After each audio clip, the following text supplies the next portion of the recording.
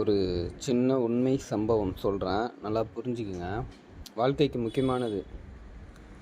நான் என்னுடைய நண்பர்களெல்லாம் இங்கே நம்ம கார்னர் சைடில் ஒரு நண்பர் இறந்துட்டார். அதுக்கு அந்த டெத்துக்கு போயிட்டு வந்தோம். அப்போ பார்த்தா அவனுடைய ஃப்ரெண்ட்ஸுங்க சின்ன பையன் தான், ஓரளவுக்கு சின்ன பையனாக ஓரளவுக்கு ஒரு மெச்சூரிட்டி நம்ம யூக்குள் வயசுன்னே வச்சிங்களேன்.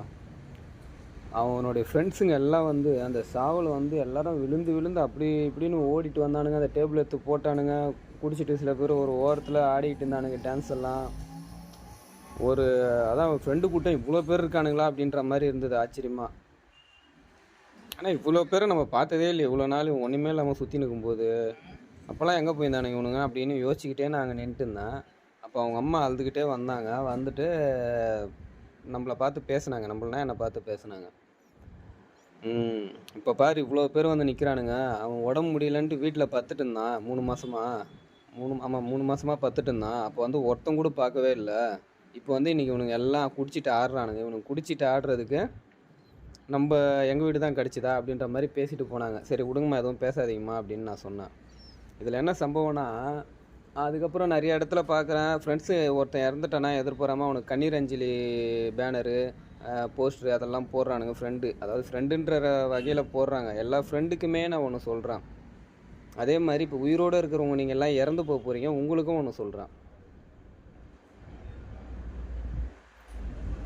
உன்னுடைய இறுதி ஊர்வலத்தில் கலந்து கொள்பவன் நண்பனோ நல விரும்பியோ அல்ல. நீ இருக்கும் பொழுது உன் வாழ்க்கைக்கு எது தேவையோ அதுக்கு துணை நிற்பவனே, உன்னை மேம்படுத்தவனே உண்மையான நண்பன். நீங்கள் உண்மையான நண்பனாக இருந்தீங்கன்னா உங்கள் நண்பனுக்கு எது வேணுமோ, அவன் வாழ்க்கைக்கு எது வேணுமோ, அவன் முன்னேற்றத்துக்கு எது வேணுமோ அதுக்கு துணையாக நின்று அதெல்லாமே பண்ணுங்கள். அவன் இறந்ததுக்கப்புறம் அவனுக்கு போஸ்டர் அடிக்கிறது, அவன் இறந்ததுக்கப்புறம் அவன் என் நண்பன், அவன் இவ்வளோ நல்லா இருந்தான், அவன் இவ்வளோ சூப்பராக என் கூட இருந்தான் அப்படின்னு அதை சொல்லிலாம் நீங்கள் பண்ணிட்டு இருந்தீங்கன்னா உங்களுக்கு மக்கி போன மூளைன்னு அர்த்தம். இருக்கும் பொழுது எதுவாக இருந்தாலுமே பண்ணுங்கள். அவன் நண்பனாக இருந்தாலும் சரி, அம்மாவாக இருந்தாலும் சரி, அப்பாவாக இருந்தாலும் சரி, யாராக இருந்தாலும் சரி, இருக்கும் பொழுது உங்களால் என்ன பண்ண முடியுமோ பண்ணுங்கள். காசு கொடுத்து ஹெல்ப் பண்ண முடியல, சப்போர்ட் பண்ணலன்னா அவங்க கூட ஆறுதலாக பக்கத்தில் உட்காந்தாவது பேசுங்க. இது ரியலாகவே நான் சில இடத்துல பார்த்தேன், எனக்கும் தோணுச்சு இந்த மாதிரி இருந்தால் கரெக்டாக இருக்குன்றது. அதனால நான் இதை உங்களுக்கு சொல்கிறேன், ஓகேவா? இறுதி ஊர்வலத்தில் போயிட்டு நம்ம கலந்துக்கிறதுல ஒரு பலனுமே கிடையாது. அவன் இருந்துட்டு அவன் போயிட்டான்.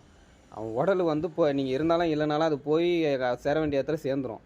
யாருமே இல்லைனாலும் கார்பரேஷன் ஆளாவது எடுத்துகிட்டு போயிடுவாங்க. ஆனால் நீ இருக்கும்போது என்ன பண்ணுற, அவன் உயிரோடு இருக்கும்போது நீ என்ன பண்ணியிருக்கன்றது முக்கியம். அதை எல்லாருமே மைண்டில் வச்சு இதுக்கப்புறம் அதை பண்ணுங்கள். நண்பனுக்கு துணை